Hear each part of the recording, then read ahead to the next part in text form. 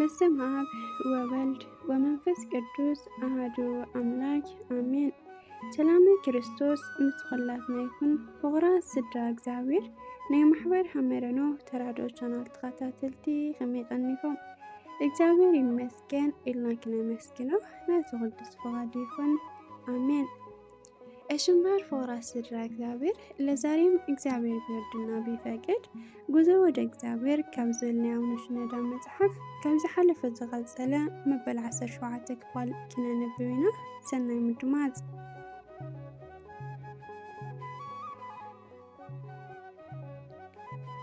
የዛሬው ርዕሳችን ምዕራፍ 7 ሆኖ ምጽዋት ወይም ስጦታ ይላል። ከሚቀበል ይልቅ የሚሰጥ ብፁዕ ነው። ከሚቀበል ይልቅ የሚሰጥ ብፁዕ ነው። የሐዋርያት ሥራ ምዕራፍ 20። ጌታችን ለምን መስጠትን መረጠ? መስጠት የፍቅር መግለጫ ነው። ምጽዋት ያለን ከሌላቸው ጋር የምትካፈልበት ፍቅራዊ ተግባር ነው። ፍቅር ያለው እግዚአብሔር አለውና ይህ ምጽዋት ወደ እግዚአብሔር የሚወስድ ሌላኛው መንገድ ነው። መስጠት ያለን ከእግዚአብሔር ጋር መካፈል ነው ብልህ ይደንቅህ ይሆን? ሊደንቅህ አይገባም። ለምን? ጌታችን ራሱ ስለተናገረው ተርቤ አብልታችሁኛልና፣ ተጠምቼም አጠጥታችሁኛልና፣ እንግዳ ሆኜ ተቀብላችሁኛልና፣ ተርዤ አልብሳችሁኛልና፣ ታምሜ ጠይቃችሁኛልና፣ ታስሬ ወደ እኔ መጥታችኋልና። ከዚህ የሚቀጥለውን ወርቃማ ቃል ልብ በለው። እውነት እላችኋለሁ ከሁሉ ከሚያንሱ ከነዚህ ወንድሞቼ ለአንዱ እንኳን ስላደረጋችሁት ለእኔ አደረጋችሁት። ማቴዎስ ወንጌል ምዕራፍ 25። ስለዚህ አንተም ከሌላቸው ወንድሞች ጋር የተካፈልከው እያንዳንዱ ጥሪትህ ለአምላክ እንዳደረገው ሆኖ መንገድ ይሆንሃል። ወንድሜ፣ መስጠት እጅግ ጥንቃቄ ልታደርግበት የሚገባ ጉዳይ ነው። ለጽድቅ ያሰብከው መርገምንም ሊያትርፍም ይችላል። ለምሳሌ ራበኝ ለሚልህ አንተ የማትበላውን ብትሰጠው፣ በረደኝ ለሚልህም የማትለብሰውን ብትሰጠው መስጠት ሳይሆን በማጣቱ ላይ መመጻደቅና የበላይነትን ማሳየት ነው። ምጽዋት ወይንም መንፈሳዊ ስጦታ ግን ያለህን መካፈል ማለትም ከምትበላው ማብላት፣ ከምትለብሰውም ማልበስ ነው። እንግዲህ ሰዎች ሊያደርግላችሁ የምትወዱትን ሁሉ እናንተም እንዲሁ አድርግላቸው። ማቴዎስ ወንጌል ምዕራፍ 7። ምጽዋት በዚህ ብቻ የተወሰነ ሳይሆን በሀሳብ ለተቸገረ፣ ማህበረሰቡ ላገለለው፣ በሽታ ላጠቃው እና ለመሳሰለው ሁሉ ፍቅር መስጠት ማካፈል ነው። ለተጨነቀና መፍትሄ ላጣ መላ መጠቆም፣ መውጫ ማሳየት ሁሉ ያለህን መካፈል ነው። ምጽዋት ያለህን ብቻ ሳይሆን አንተነትህን ለሌሎች መስጠት ነው።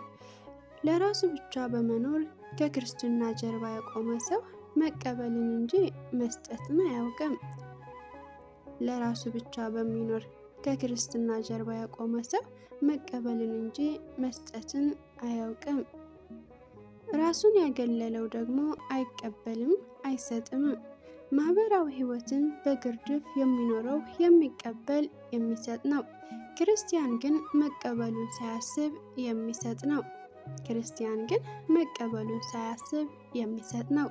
ቢሰጥም ከራሱ የተቀበለውን ነው፣ ወይንም ነገ የሚጠብቀው ምላሽ ሳይኖረው ነው የሚሰጠው። ምክንያቱ እውነተኛ ክርስትና እኔ ሳይሆን እኛ እያሉ የሚኖሩት ህይወት ነው። ይህ አይነቱ ስነ ምግባር ደግሞ ራስን የመካድ ደረጃ ላይ ለደረሱ የሚቻል ስለሆነ ከጀመርከው ጉዞ ቀጥልበት። ከኋላ ሊመጣ የሚወድ ቢኖር ራሱን ይካድ፣ መስቀሉንም ተሸክሞ ይከተለኝ። ወንጌል ማርቆስ ምዕራፍ 8። ክርስቶስን የተከተለ ሰው ግላዊነት ያጠቃው ሊሆን አይችልም። ወንድሞቼ፣ ወገኖቼ ማለት የቻለ ብቻ እውነተኛ ክርስቲያን ነው። እጅግ ረሃብ በጸናበት ዘመን ላይ ሆና ካላት ትንሽ ነገር ላይ አካፍላ ለኤልያስ የሰጠችው እግዚአብሔርም ቤቷን በበረከት የሞላላት የሰራቢታዋን መበለት ተግባር አስተውል። አንደኛ ነገሥት ምዕራፍ 17። የሰጠችው የተረፋት ወይንም የማትፈልገውን አይደለም። ልጇን አሳ በልቷት ለሞት ከተዘጋጁባት ጥቂት ዱቄት ከፍላ አንጉቻ አድርጋ ሰጠችው። መካፈልና እኛ ማለትን የሚያውቁት የእግዚአብሔርን በረከት ይጎበኛቸዋል። ጌታችን ከሁሉ የሚበልጥ ስጦታ እንደሰጠች የመሰከረላት መበለትስ ምን አይነት ስጦታ አቅርባ ነው? ሉቃስ ወንጌል ምዕራፍ 21። ዓይኑንም አንስቶ መባቸውን በመዝገብ ላይ የሚጥሉ ባለጠጎችን አየ። አንዲትም ድሃ መበለት 2 ሳንቲም በዛች ስትጥል አየና፣ እውነት እላችኋለሁ ይህች ድሃ መበለት ከሁሉ ይልቅ አብልጣ ጣለች። እነዚህ ሁሉ ከትርፋቸው ወደ እግዚአብሔር መዝገብ ጥለዋልና፣ ይህች ግን ከጉድለቷ የነበራትን ሁሉ ጣለች አለ። እንግዲህ መስጠት ከማግኘት ወይም ከማትረፍ አይደለም ማለት ነው። ከዚች መበለት በቁጥር ወይም በመጠን አብልጠው የሰጡ አሉ። ያላትን ሁሉ በመስጠት ግን ይህች መበለት በለጠች። ምክንያቱም እነርሱ ከትርፋቸው ሰጥተዋልና። የዚች መበለት ተግባር ከላይ የሰፈረውን ሁሉ በጉልህ አንጸባርቆ የሚያሳይ ነው። ለራስ ብቻ ሳይሆን ለሌሎቹም መኖርን የሚያስተምር ነው። ደግሜ እለዋለሁ፣ ክርስትናም ፍቅር ነው። እንደ ቅዱስ አባት ዮሐንስ አፈወርቅ፣ እንደ ቅዱስ ባስልዮስ የድሆች ቁስል ከተሰማ ረሃባቸውም ከራበ አንተ ክርስቲያን ነህ።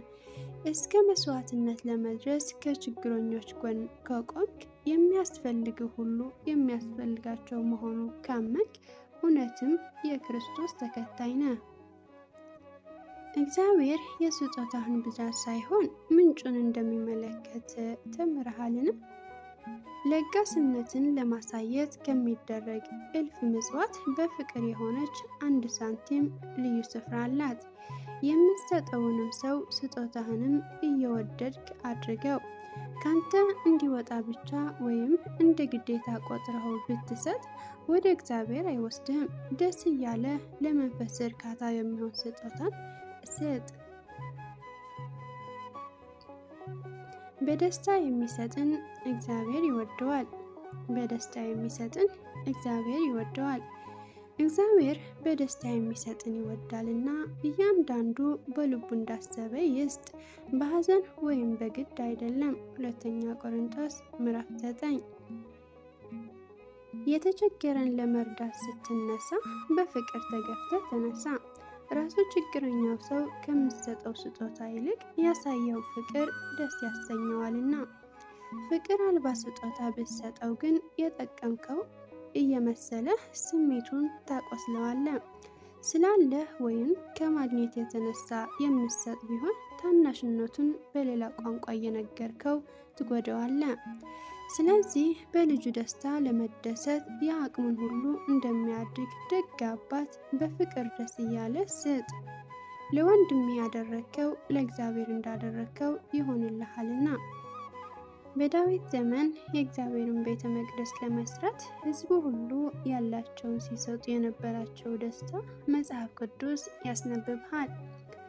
ሕዝቡም ፈቅደው ሰጥተዋልና በፍጹም ልባቸው ለእግዚአብሔር በፍቃዳቸው አቅርበዋልና ደስ አላቸው።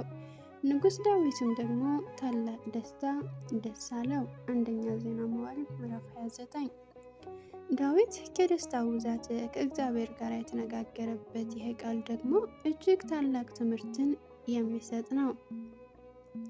ሁሉ ካንተ ዘንድ ነውና ከእጅህም የተቀበልነው ሰጥተንሃልና ይህን ያህል ችለን ልናቀርብልህ እኔ ማን ነኝ? ሕዝቤንስ ማን ነው? አቤቱ አምላካችን ሆይ ለቅዱስ ስምህ ቤት እንሰራ ዘንድ ይሄ ያዘጋጀነው ባለጠግነት ሁሉ ከእጅህ የመጣ ነው። ሁሉ ያንተ ነው። አምላኬ ሆይ ልብን እንድትመረምር ቅንነትም እንደምትወድ አውቃለሁ። እኔም በልቤ ቅንነትና በፍቃዴ ይህ ሁሉ አቅርቤያለሁ። አሁንም በዚህ ያለው ሕዝብ በፍቃድ እንዳቀረበልህ አይቻለሁ። እባክህን የተወደደ ቃል ጨርሰህ ደጋግማ አንብበው። ወንድሜ ዛሬም ከአጠገብህ እየፈረሰ ያለው የእግዚአብሔር ቤት የሰው ልጅ ነው። አንደኛ ቆሮንቶስ ምዕራፍ 3። እናም በፍቃድህ ደስ እያለ እግዚአብሔር የሰጠህንን ስጠው፣ ከሌለ ፍቅርን መግበው። ለመሆኑ ይህን እጅግ ውብ የሆነ ቃል አስተውለዋልን? ከእጅህም የተቀበልነው ሰጥተንሃልና፣ ከእጅህም የተቀበልነው ሰጥተንሃልና። ልብ በል፣ የራስ የሆነ አንድም ነገር የለም። አንተ የእግዚአብሔር ነህ፣ ያለህም ከእርሱ የተሰጠህ ነው። የኢዮብንም ቃል በልብ መዝገብ አኑረው። ራቆቴን ከእናቴ ማፀን ወጥቻለሁ፣ ራቆቴንም ወደዛም መለሳለሁ። እግዚአብሔር ሰጠ፣ እግዚአብሔርንም ነሳ፣ የእግዚአብሔር ስም የተባረከ ይሁን። መጽሐፈ ኢዮብ ምዕራፍ 1። ስለዚህ አንተም እንደዚሁ የእግዚአብሔር ሰዎች እያሰብክ የምትሰጠው የተቀበልከው መሆኑን አውቀህ ስጥ። ግን እግዚአብሔር ድንቅ መካር ኃያል ሲሆን ከኛ ከደካሞች ሊቀበል መፍቀዱ አይገርምም? ዳዊት ይህ ነገር ቢገርመው እኔ ማን ነኝ ማለቱን አይተሃልን? ዳዊት ይህ ነገር ቢገርመው እኔ ማን ነኝ ማለቱን አይተሃልን? እግዚአብሔር ሀሳባችንን እንድንገልጽ እድል ሰጠን። ልክ ከህፃን ልጅ ስጦታን እንደሚቀበል አባት አስበው። ልጁ እያደረገ ያለው የፍቅር ስሜቱን መግለጽ ነው። ስጦታው ግን አባቱን ከሰጠው የተቀበለው ነው። ዳዊትም ከእጅ የተቀበልነው ሰጠን ያለው ለዚህ ነው። እግዚአብሔር መስጠትን የሚያስተምርህ እየሰጠ ነው። ሕይወትን ሰጠ፣ የህልውናን ዋስትና እርሱ ነው። ሕይወትን ሰጠ፣ የህልውናን ዋስትና እርሱ ነው። ሕይወትን አለ አግባብ ብትመራው አሁንም በፍቅሩ ዋጀ። ዛሬ አንተ ያለህን ብትሰጥ ሕይወትን ሰጠህ ይባላል። ነገር ግን ሕይወትን ከእርሱ የተቀበልከው ነው። ስለዚህ አምላክን ጤናና ጉልበት ስጠኝ፣ እኔም የሰጠኸኝን በመስጠት አገለግላለሁ እያልክ ለምነው። አምላኬ ሆይ አንተን ለማገልገል ብነሳ ለአንተ የሚጨምርልህ አንዳች ነገር እንደሌለ አምናለሁ። ምክንያቱ ጤናውንም ጉልበቱንም እውቀቱንም ያንተ ናቸው። ከመነሻው ለአገልግሎት ያደረብኝ ፍቅር ካንተ ነው። እኔም ራሴም ያንተው ነኝ።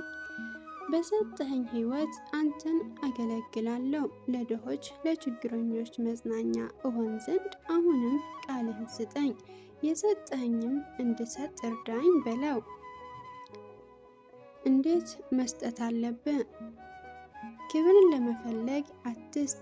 በአንደበት ይሁን በልብህ፣ በስሜትም ይሁን በሀሳብህ የራስ ነገር ኖሮ እንደሰጠህ አስበህ አትኩራራ። ለዚህ ቅዱስ ጳውሎስ የተናገረውን እንደ ትልቅ ማስረጃ ተጠቀም። አንተ እንደምትበልጥ ማን አድርጎሃል? ያልተቀበልከውንስ ምን አለ? የተቀበልክ ከሆነ ግን እንዳልተቀበልክ የምትመካ ለምንድን ነው? አንደኛ ቆሮንቶስ ምዕራፍ 4። ስለዚህ ስጦታ ሁሉ ከእግዚአብሔር ተቀብለን የምንሰጠው እንጂ የራሳችን እንደሆነ በከንቱ የምንመካበት አይደለም። ስጦታ ሁሉ ከእግዚአብሔር ተቀብለን የምንሰጠው እንጂ የራሳችን እንደሆነ በከንቱ የምንመካበት አይደለም። የሚቀጥለው ርዕስ ስጦታ ወይም ምጽዋትህ በሚስጥር ይሁን ይላል። እግዚአብሔር ቢወድና ቢፈቅድ ይህን ርዕስ በሚቀጥለው ሳምንት የምናነበው ይሆናል። የዛን ሰው ይበለን። ወስብሐት ለእግዚአብሔር ወለወላዲቱ ድንግል ወለመስቀሉ ክቡር አሜን።